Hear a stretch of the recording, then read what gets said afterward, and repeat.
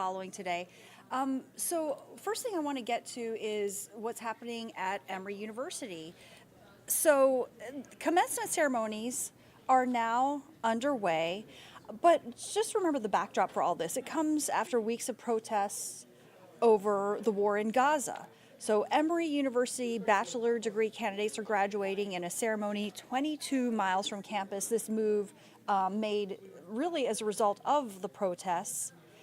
And Atlanta News First reporter Rebecca Schramm has been there throughout the morning. She's there in Gwinnett County at Gas South Arena. The university moved the commencement because of security reasons. Here's Rebecca's report.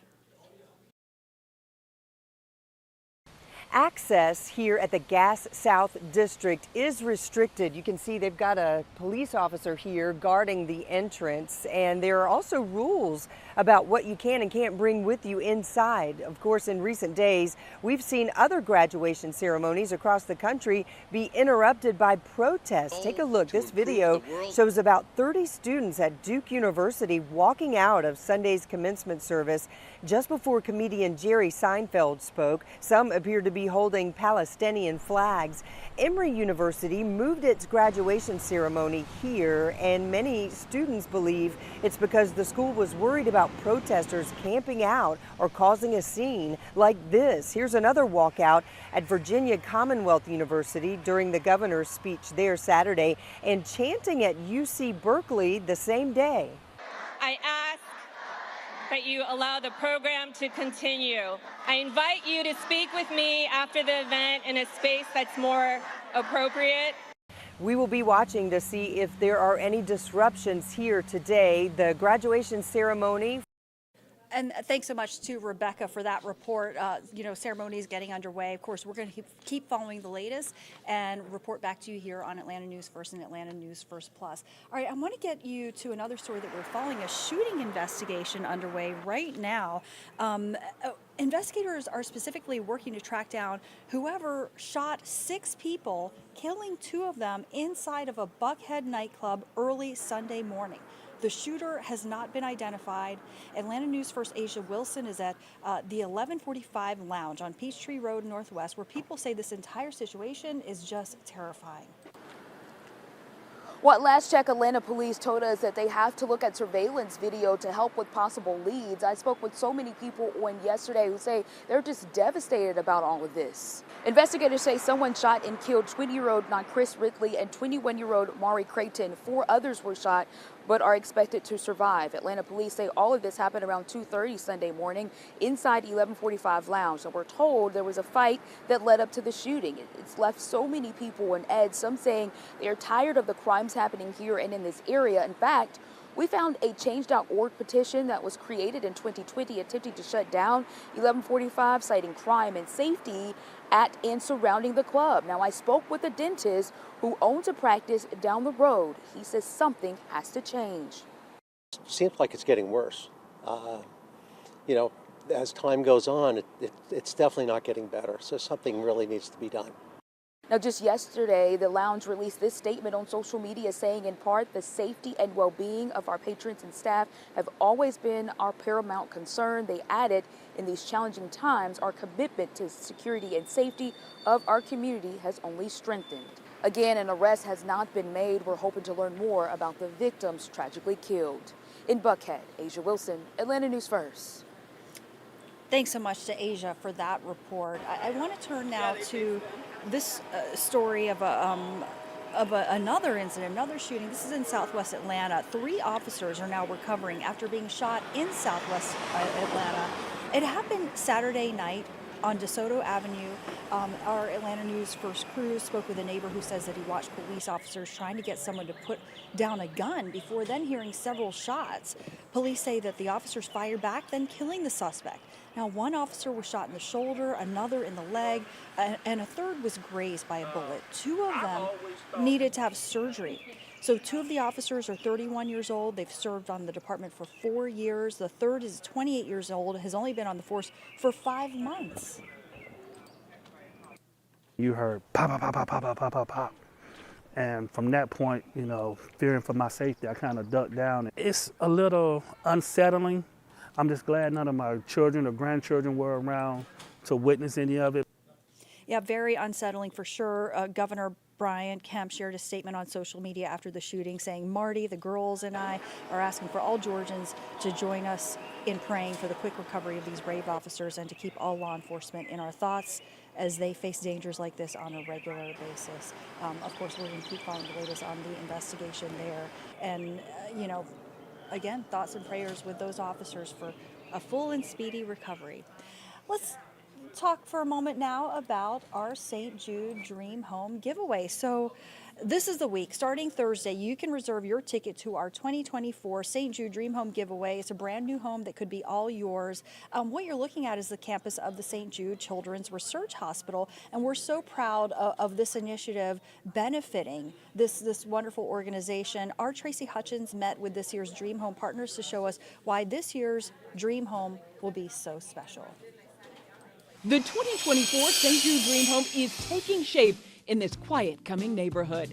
A new house you could call your very own. The more than 2,600 square foot home has 4 bedrooms and 3.5 baths, with 10-foot ceilings and a gourmet kitchen valued at $675,000. All of it coming together thanks to the Providence Group, the same builders who created last year's Dream Home in Beaufort. This year, doing it once again, trying to top yourselves, aren't you? Yep, yes, ma'am. We're trying to make this one continue tradition on and on, and it's a good, for a good cause. And many of the builder partners are back too, looking forward to donating their time and materials to create a one-of-a-kind dream home. Well, second year in a row, we're just ecstatic about it, contributing again to St. Jude. St. Jude's such a wonderful charity, and with Troy, the Providence Group, there's no better people in the world to work with.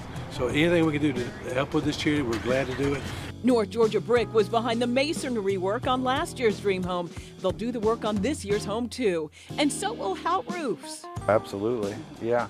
Why? It's just giving back to the community. We've been partnered with TPG, Providence Group, for a little over 20 years. We've all been together, and it's been our turn to give back, really. And they can't wait to welcome you home.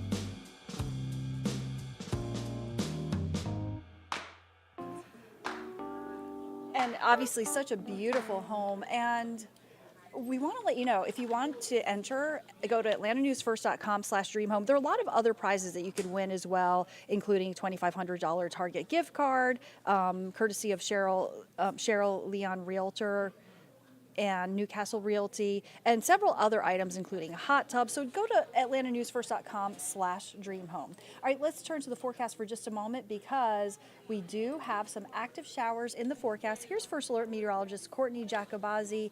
It is a First Alert weather day. It is a First Alert weather day today and tomorrow and Friday. So clearly a very active pattern setting up here across North Georgia. So get ready for it, everyone. If you get anything out of this graphic, it is that you definitely need to have your umbrella handy, with more rainy days than not. So just be ready for the rain. It's already out there this morning. And in fact, it's a chilly rain today as well.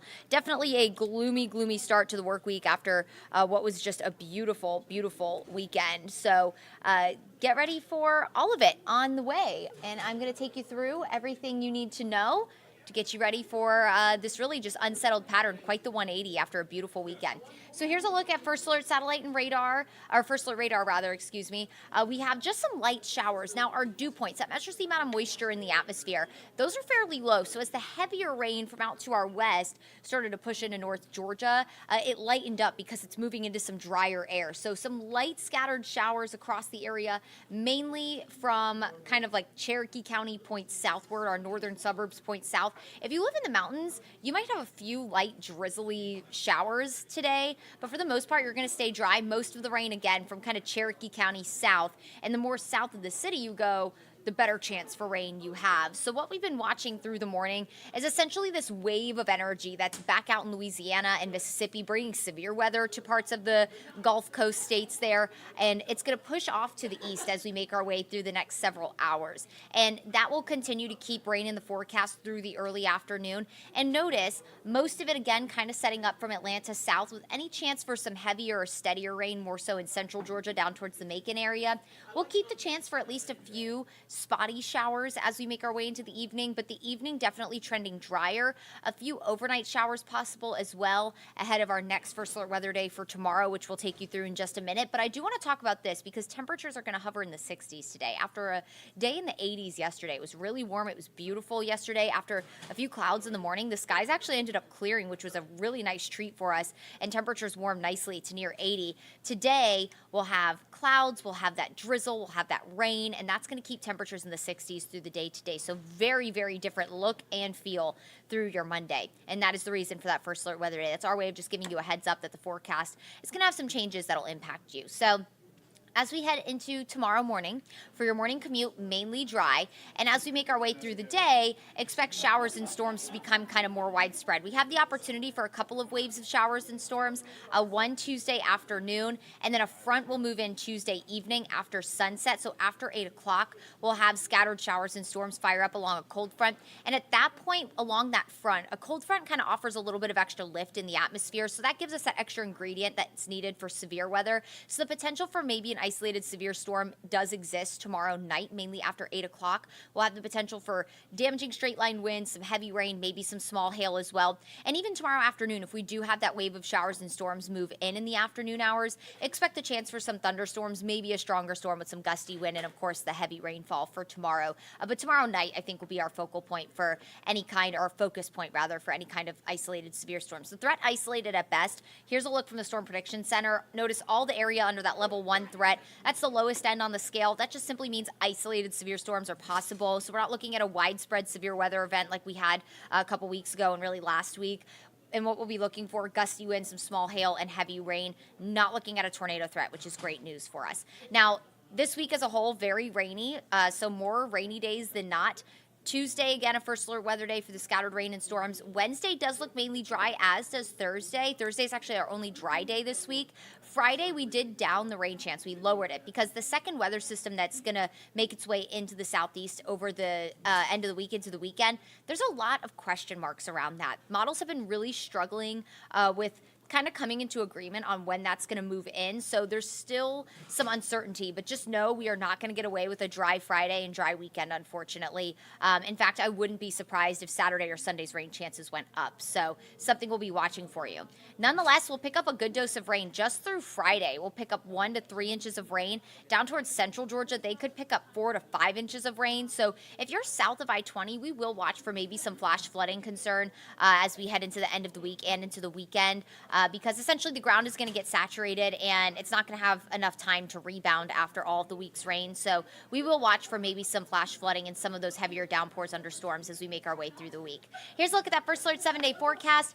Overall, a rainy week, guys. After a beautiful weekend, I hope you enjoyed it. We have 2 first alert weather days to kick off the week. One today. A lot of the rain will taper as we head into the afternoon and evening hours, so your evening commute should be mainly dry. So that first alert weather day really just for the dreary, kind of drizzly, cool, damp day that we have today. And then as we make our way into tomorrow, we'll have a cold front move in at night. That'll bring the chance for showers and storms. Isolated severe storms possible there. We could have a batch of rain move through in the afternoon. Models are kind of just starting to hint at that, so we'll keep an eye on it. This is a very tricky pattern. These waves that we'll have ahead of our cold front, the one that we have today and that one potentially tomorrow afternoon, they're called short waves, and they're in the mid-levels of the atmosphere, and models really struggle to see those and forecast where those are going to go and when they're going to move in. So you really just want to pay attention to the forecast because it will be fairly fluid as we go through the next 48 hours with just this pattern that we're in. There's always a lot of uncertainty around it, and we try our best to kind of look at patterns and recognize what we think is going to happen. But either way, we do know a cold front will bring scattered showers and storms tomorrow evening, an isolated severe storm possible. A few showers possible on Wednesday, but mainly dry with highs near 80. We'll go back into the 80s Thursday, a pretty nice day on Thursday. In fact, that's the day you need to get out and enjoy because the weekend does set up fairly rainy and stormy with another weather system that'll kind of pull in some Gulf moisture. It'll originate along the Gulf Coast and move in, and that could bring us quite a rainy weekend as well. All right, everyone, thanks so much for spending some time with us here on Atlanta News First Plus. We'll catch you here next time.